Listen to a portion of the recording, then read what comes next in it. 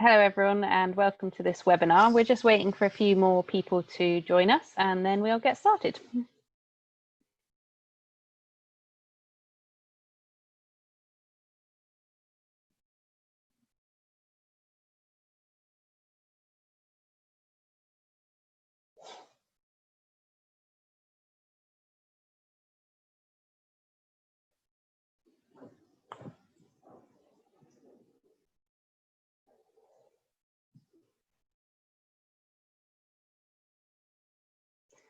Hi everyone, just anyone that missed me say a minute ago, we're just waiting for a few more people to join the session before we get started, so please just bear with us.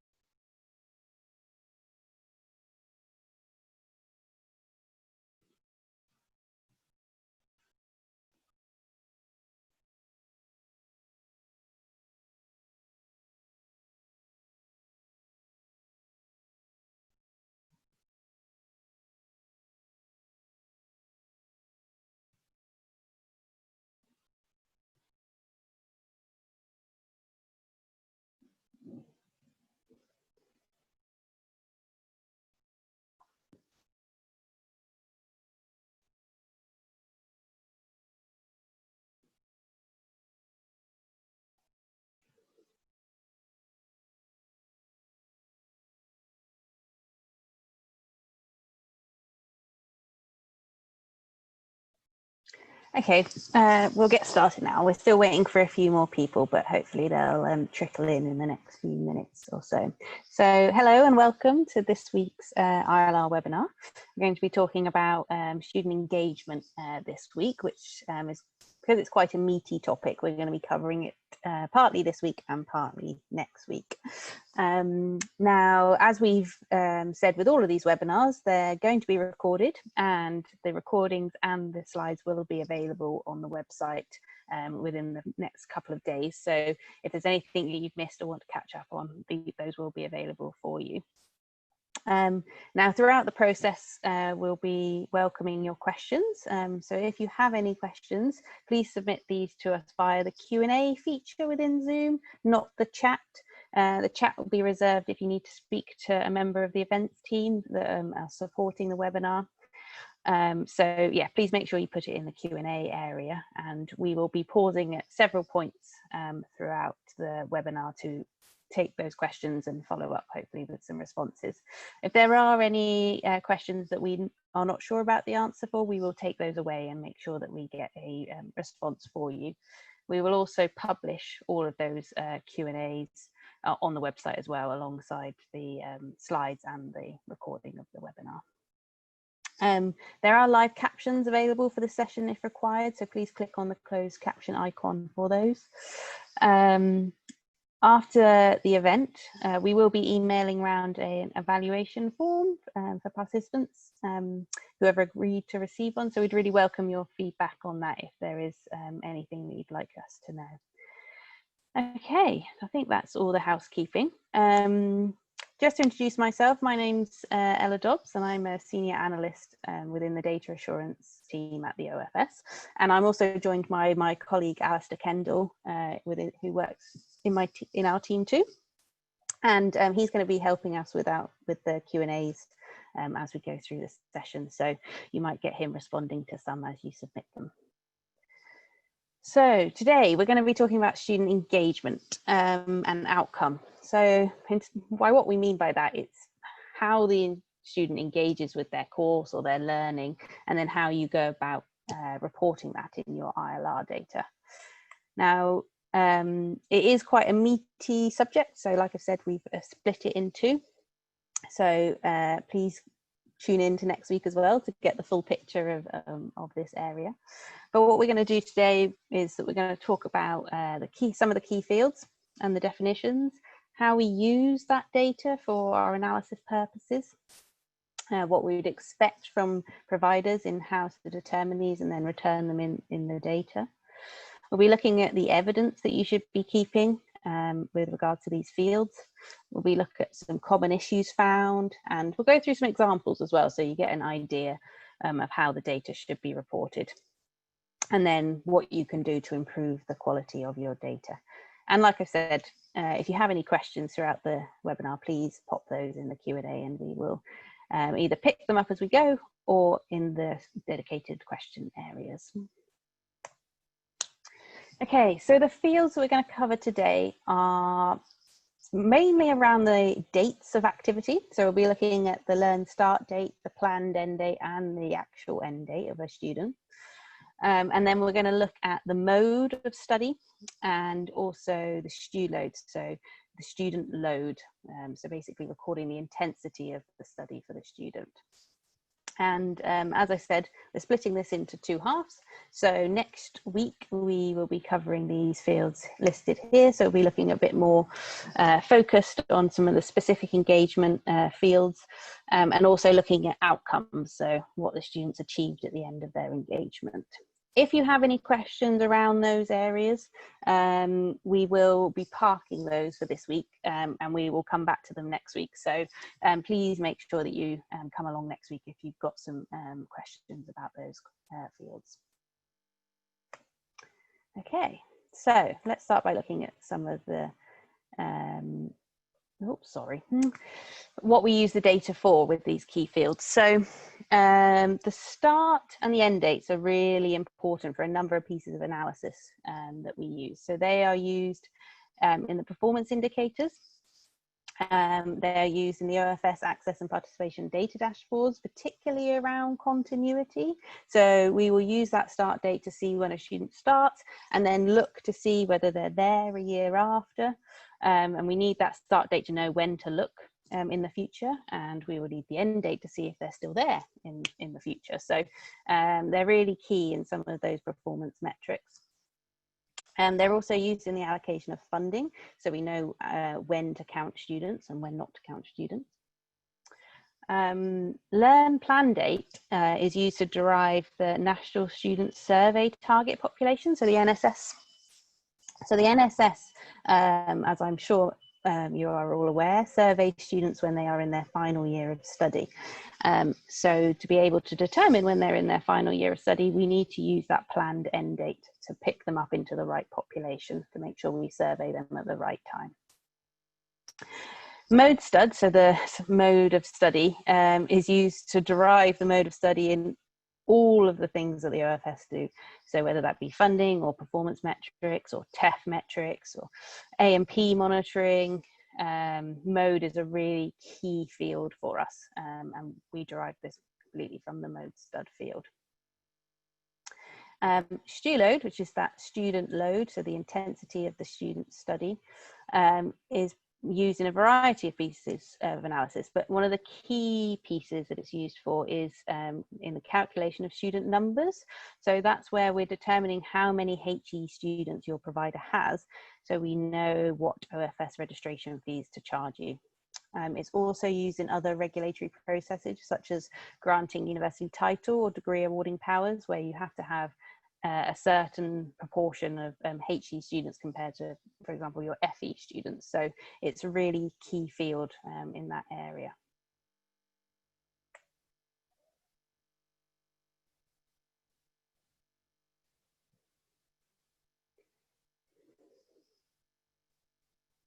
Okay, so before we start looking at some of the specific key fields, There's a few concepts that you need to sort of wrap your head around in terms of reporting the activity within the ILR. So the ILR is capturing the activity that's happening in an academic year. So that is from the 1st of August one year to the 31st of July the following year. Now you might hear that period be referred to as the academic year, the ILR year, or also the reporting year. It's all referencing that 1st of August to the 31st of July period. Another concept you need to get to grips with is the instance. So an instance is a coherent engagement with the provider by a student aiming towards the award of a qualification or credit. So basically, once a student starts with you on a course, a learning aim, they are aiming for something, a qualification in most cases. That's an instance. Okay, so a student instance. Now a student might have more than one instance if they've got multiple aims or things at the same level.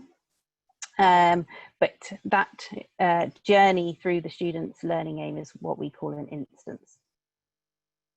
Now, an instance can be broken down into years of instance. And the years of instance always start on when the student starts their study. So their first year of instance will be from their start date through for a year, and then each year will follow on the anniversary of their start date. Okay, so talking of start date, let's have a look at LearnStartDate, which is the date on which the learning for the learning aim begins for the student, or for the instance, should we say. Now, it should always reflect when the student actually starts their learning. It shouldn't be a default term date or a beginning of the academic year or anything like that. It needs to reflect exactly when the student starts. And we would expect that to be accurate within a week. So this is where you need to be looking at attendance registers, things like that, to allow you to identify when the student actually started. So for example, if a student was supposed to start in, say, September, but actually they were sick or something, which meant that they couldn't start their learning until October, then their LearnStartDate should be within that October, even though it might be different to the other students on the same course. Now, evidence, of course, should be maintained for the LearnStartDate that you are returning in the data. And as I say, registers are a really good source of this information, because hopefully they should be capturing it down to the day when the student was attending their classes. If you don't have registers available, then other information such as course timetables or enrollment dates and things may give us some assurance, but nothing will be as perfect as those registers. So a student will always have a LearnPlanEndDate. So this is when they aim to have completed all of their learning, basically. So you would return it at the beginning of their learning when you return their start date, and you shouldn't update it. So if a student goes dormant for a while, they suspend their studies, or they need to retake a year or something like that, that shouldn't be changed, that plan end date. It needs to stay as it was. And students obviously can then keep studying beyond that planned end date, for example, if they had to retake a year and therefore they're going to complete a year after that planned end date. And when you're setting your planned end date, you need to make sure that you're taking into account all of the sort of structured activity. So in a sort of, shall we say, standard setup of a course, normally the students would have their teaching up until a certain point, and then it would follow by an assessment period. So their exams, when they've got to hand in all their coursework and things. Now, that scheduled exam period should be included within that planned end date setting. However, if you've got like an exam period, say, let's say your normal exam period is in sort of May, June time, but then you might have a resit exam period in August or something. That resit period, it's not part of the structured part of the course, and therefore that shouldn't be taken into account when setting the planned end date. It should be when everyone should be finishing their course in the normal time frame. Exam boards are another thing we see that's accidentally included. So appreciate that the exam boards for a course might be a couple of months after the exams or the end of the teaching. And we don't want that to be included in the planned end date either, because that gives it, that's a false sense of when the student should be finishing their learning activity. Okay, so end date. So we have the planned end date, but this LearnActEndDate is actually when the student completes their activities or achieves their aim. Or in the case where a student withdraws from their studies, it will be the date that they have withdrawn. Now, it has, like the start date, it has to reflect actually what happened. So for a student that's gone through all of their learning activity and everything, it should include that scheduled exam period at the end of their teaching, but it shouldn't include the resits or exam boards like the planned end date. We don't take that into account, okay? So if a student finished their exams in May, June, actually they failed one and had to resit it in August, we don't class that resit of an exam as scheduled activity. It's not, the student's not doing their main component of their learning, and that shouldn't be taken into account. You should close it off with an end date in that May, June time. Now, for students who withdraw, then you have to make sure that you return the end date as their last active date engaging with the course. So it's not the date of withdrawal, it's not the date it was processed in your systems, it's not the date that was, I don't know, it was signed off by your principal or head of department or something. It's the date that the student last engaged. Now, sometimes there can be quite a gap between the two, and you might not find out about the student withdrawing until later on, and doesn't matter. You should always backdate that end date to when the student actually was last active. Now, sometimes that means that it's in the previous academic year as well, or in the previous reporting year. Again, that's okay. That's what you should be returning. I like to think of start dates and end dates as kind of like similar to birth dates, in the sense that if your birth date is your birthday. Like if you are premature, that's still your birthday. It's not when you were due, kind of thing. That's not your date. Or if your parents were late registering your birth, you know, you were still born when you were born. It's not your date when you were, you know, officially registered, kind of thing. So think of start and end dates in the same way. It's when it actually happened, okay? Not when processes around it may have kicked in or shown you the data. It's when it actually happened. And again, evidence should be maintained for these fields, and like with start date, registers are the perfect piece of evidence for this, because we can see exactly when the student last engaged with the course. So we're going to go through a few examples of these dates and how they should be returned to hopefully help out a little bit. So here we have a student who enrolls on a 2-year HND starting in September 2018. So they attend an enrolment event on the 4th of September, and the teaching activity starts a week later, which the student attends. They come to that first lecture. Now, the LearnStartDate should be the 10th of September when that learning activity started. Okay, that was when they first engaged with the structured part of the course. And so that's what should be returned as the LearnStartDate. The course is due to finish on the 19th of June. So that's after the scheduled exams. The LearnPlanEndDate is returned as the 19th of June 2020. The student undertakes the whole course, sits their final exam as planned on the 19th of June, and therefore the LearnActEndDate is the 19th of June 2020. So a nice straightforward example there. Okay, so we have another student who enrolls on the same course that's starting in September 2018 again. Now, because it's the same course, that teaching activity was starting on the 10th of September. However, this student does not attend the first 3 weeks of classes and attends their first class on the 1st of October 2018. Therefore, their start date should be the 1st of October, and it will differ to other students on that course potentially, but we need to see exactly when that student started. The course is still due to finish on the 19th of June, so the LearnPlanEndDate is the 19th of June 2020. Now, the student manages to catch up with those 3 weeks that they missed at the beginning, so that he can progress with the rest of their course and sits their final exam on the 19th of June with everybody else. And therefore, the LearnActEndDate is the 19th of June 2020.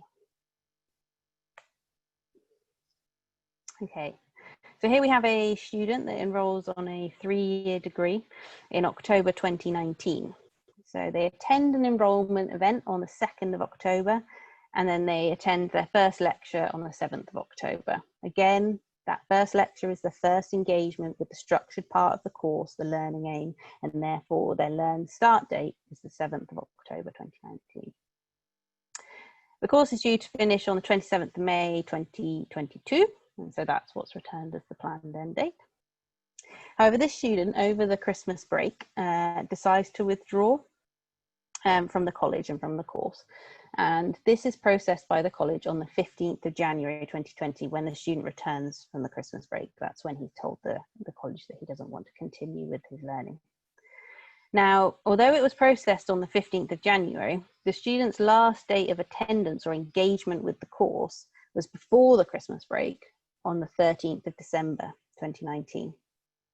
And therefore, the LearnActEndDate is that 13th of December because that's when they were last active.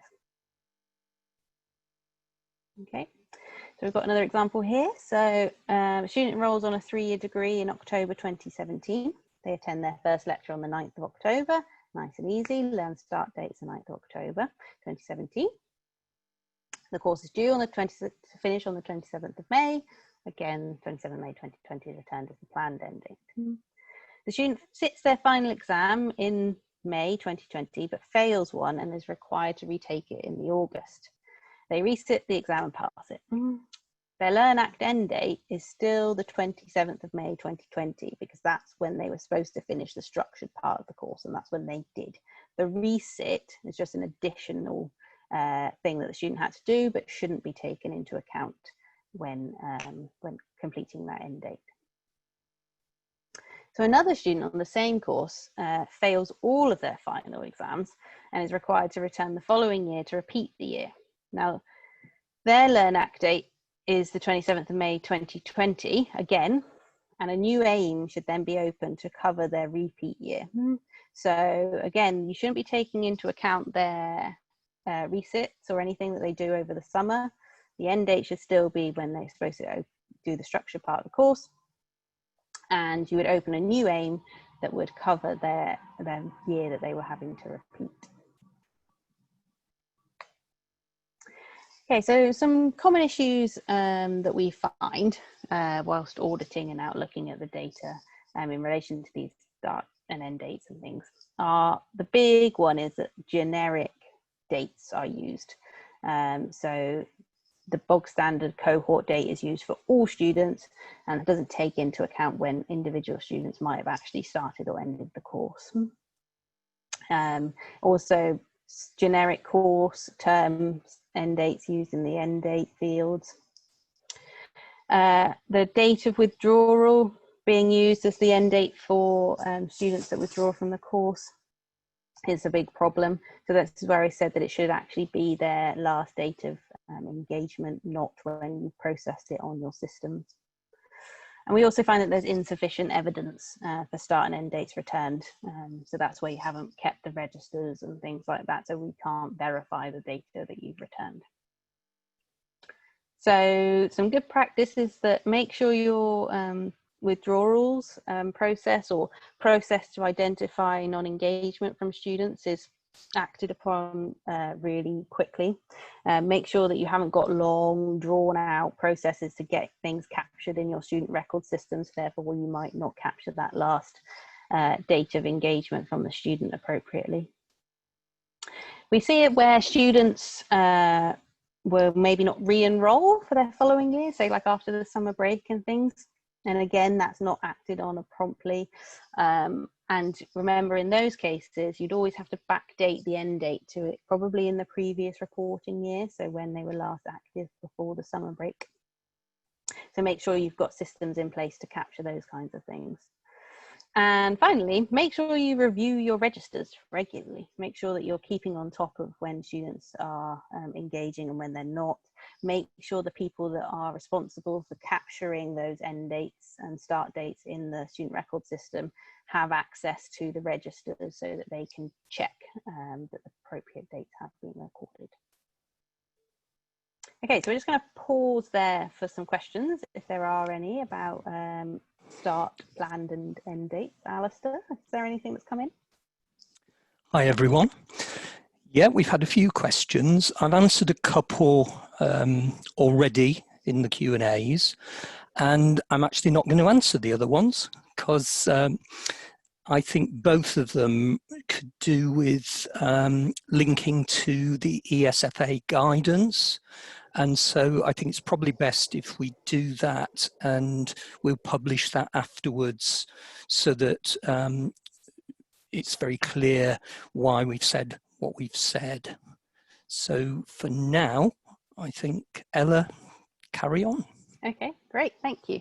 Well, if there are any other questions that people think of while we're going through the next stage, you know, don't worry, you can still ask questions on all the dates. That's absolutely fine, and we'll pick them up at the end or after the session if necessary. Okay, so now we're going to talk about MODESTUD. So this is the mode of study that the student is studying on.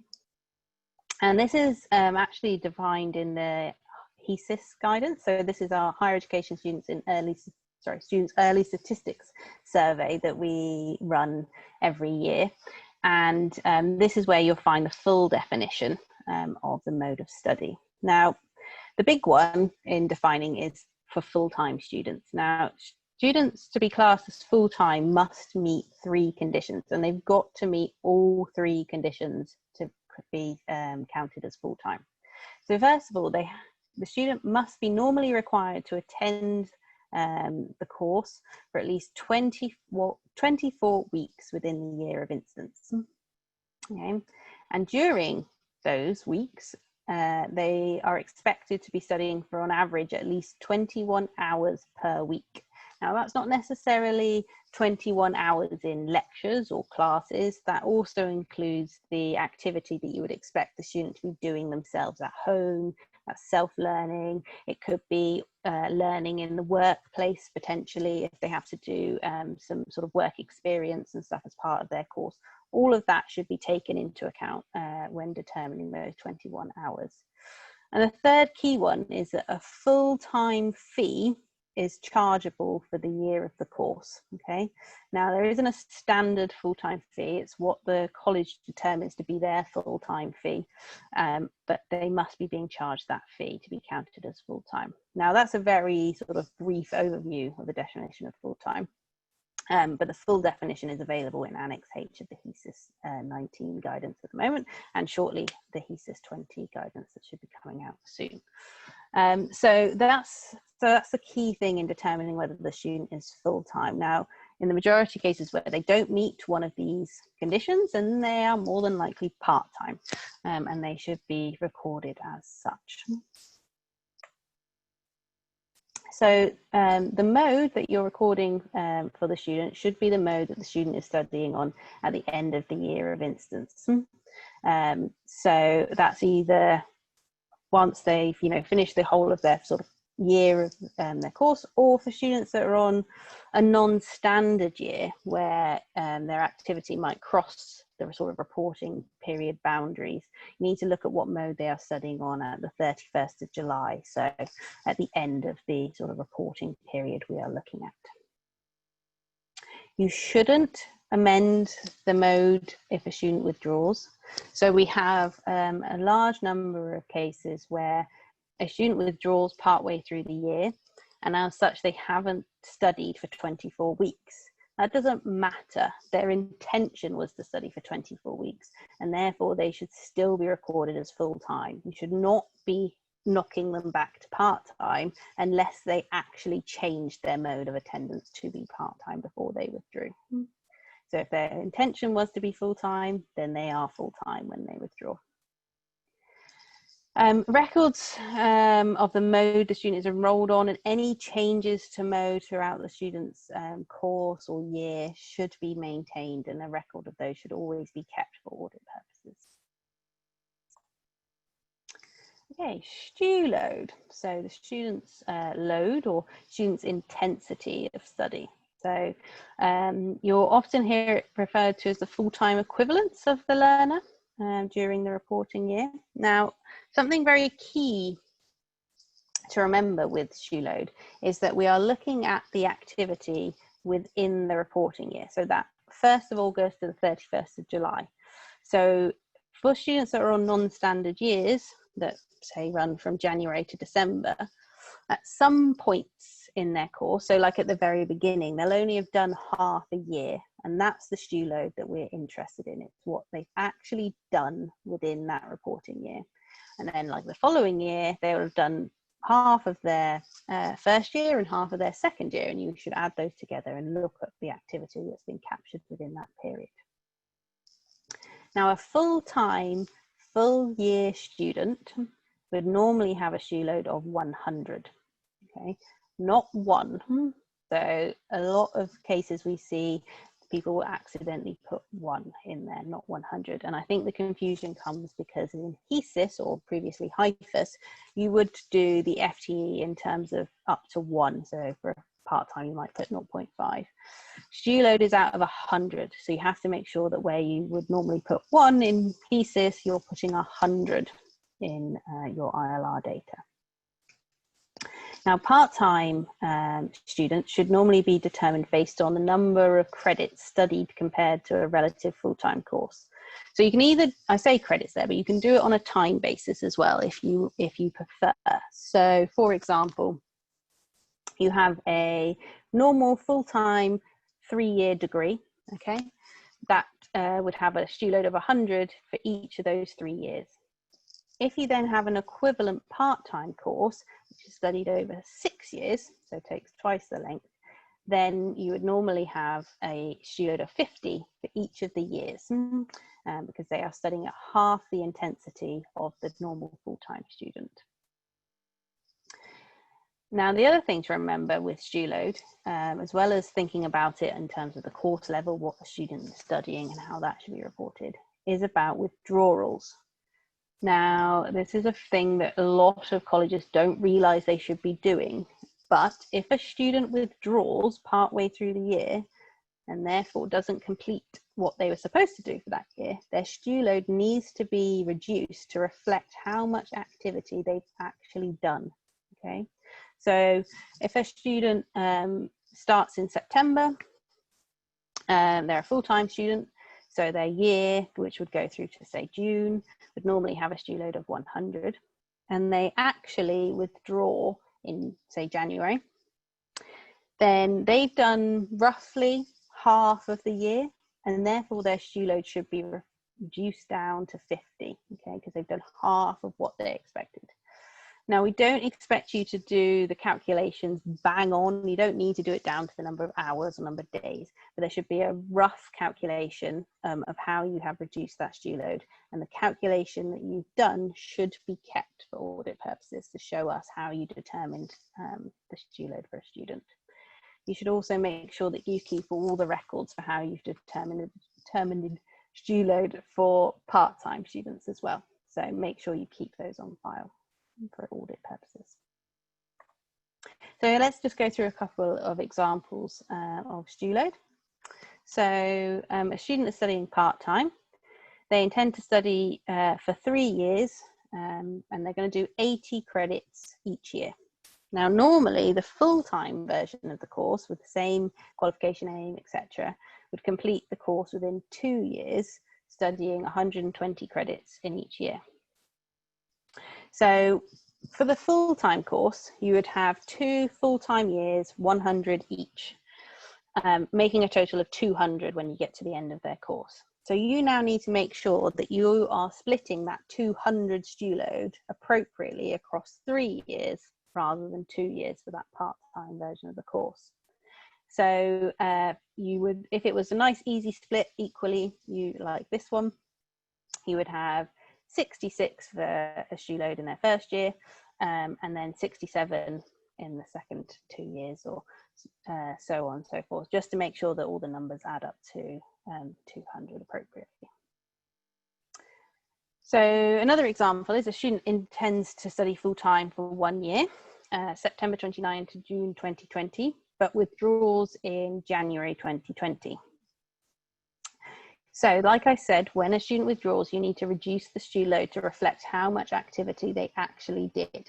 So this student was expected to study for 30 weeks and they've withdrawn after doing 12 weeks. So therefore you do a little bit of a calculation, and where the STULOAD would have been 100 for the full year, you reduce that down to show that they only did the 12 weeks, and a STULOAD of 40 should be returned to reflect the student's withdrawal.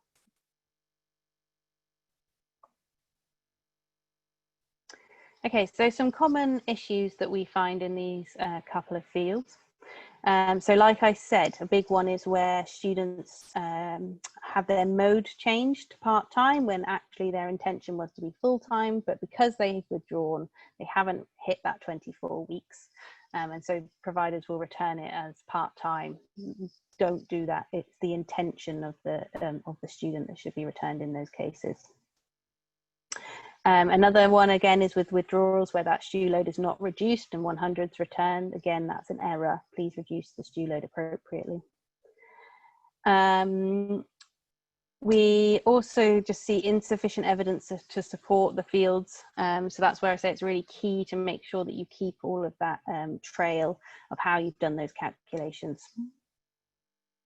So make sure that you've got good, clear documentation on how you should be determining the mode of a student or the STULOAD of a student, and make sure that you've kept the records to show why you've reduced a STULOAD, how you've reduced a STULOAD, so that it's all there ready in case of an audit.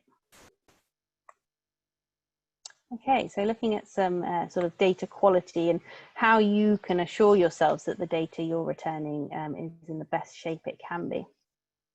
So we're going to look at all the fields here that we've discussed, not just the last couple. So make sure that you're checking those start dates against registers. You know, focus on students that did appear late, started late, check those against the registers to make sure that you've got their start date recorded appropriately. Double check the end dates for students that withdraw. Are they actually that last date of engagement, not when the withdrawal was processed?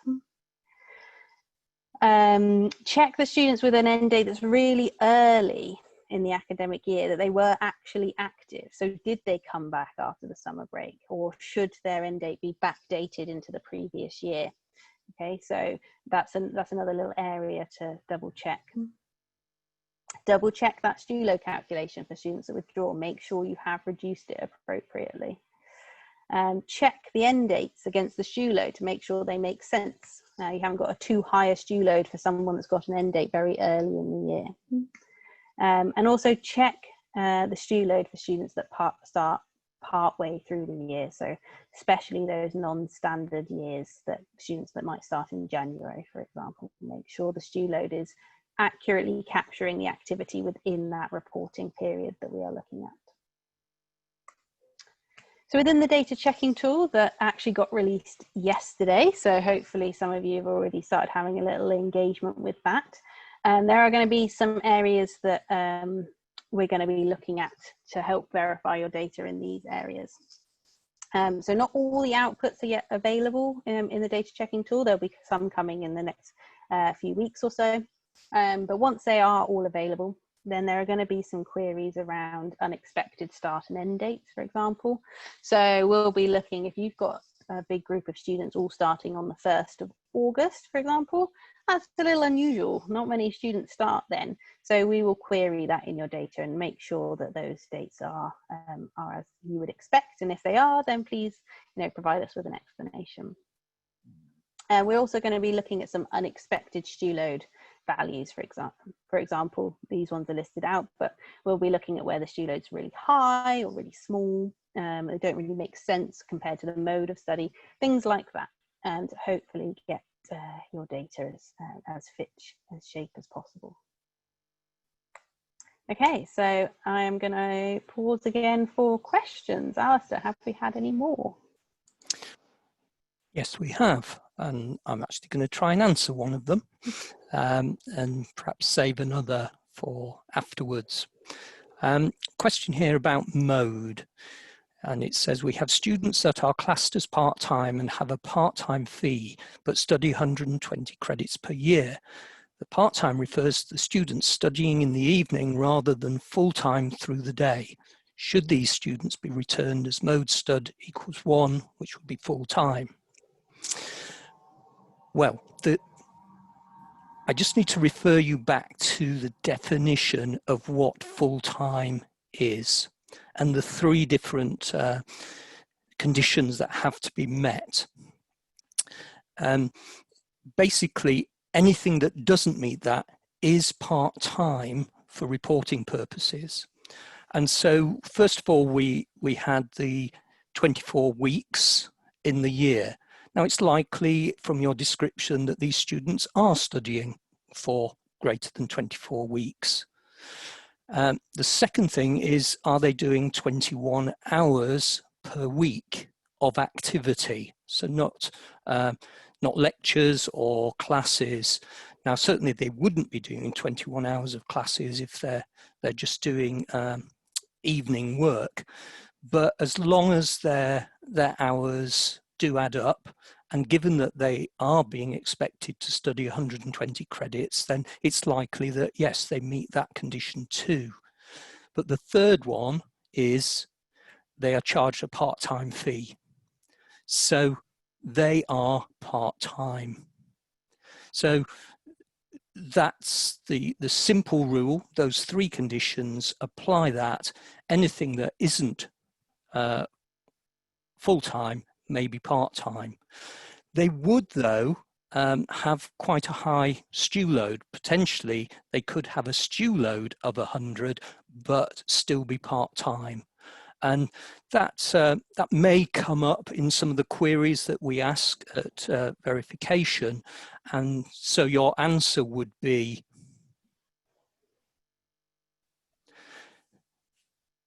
that they are, this is the reason for it. They're studying at quite a high load, but they are still part-time.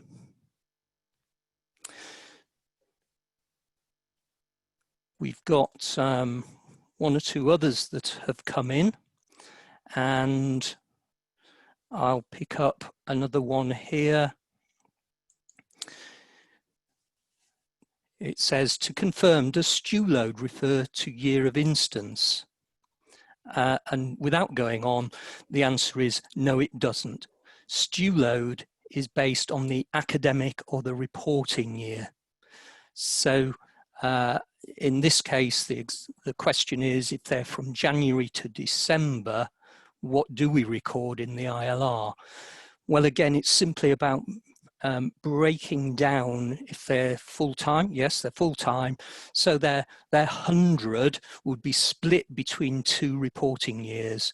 So because it's January, then it's reasonable to return a STULOAD of 50 for year 1.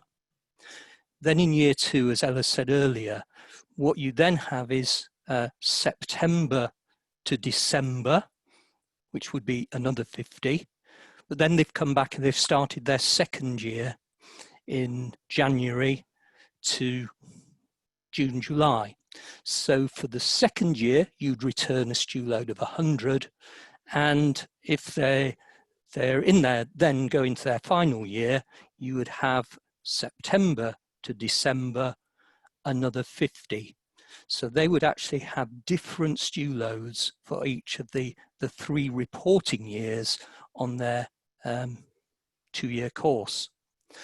So it's all about understanding that rather than and reporting it correctly. It's not difficult once you understand that, and we will be returning to this in next week when we look at the standard and non-standard years and how they are reported. As I said earlier, we've got some of the questions around, and I think they would be best answered after this session. Again, there's been a request for the specific guidance, and we can do that, and we'll put those in the answer so that you can be clear about why we've said what we've said, and overall we can get some good data quality. Please carry on. Sorry, can I just chip in and answer one that's come in? Yeah. Which I think it would be helpful for people to hear. So someone's asked where if a student starts in September, say, and then withdraws really quickly. So this person, for example, has given 1st of October as an example, and they've asked how the STULOAD should be returned in that situation. So again, you need to think about how much activity they've actually done. So it might only be a week or 2 weeks or something, but just think about it in terms of a proportion of the entire year.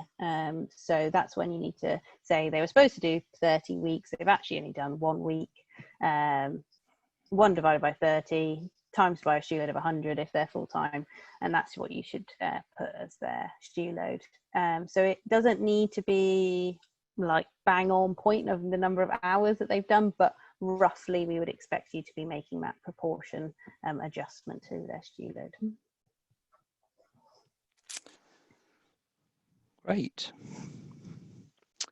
Okay, as I said, we'll pick up the remaining questions or any more that you want to add at this stage and publish those in due course. They won't be there in a couple of days because we need to make sure we're actually telling you the right answer to these, and some of them can be quite tricky, but they will appear, and do come back and look through those. But thank you for attending. Thank you for listening. I hope it's not too hot where you are.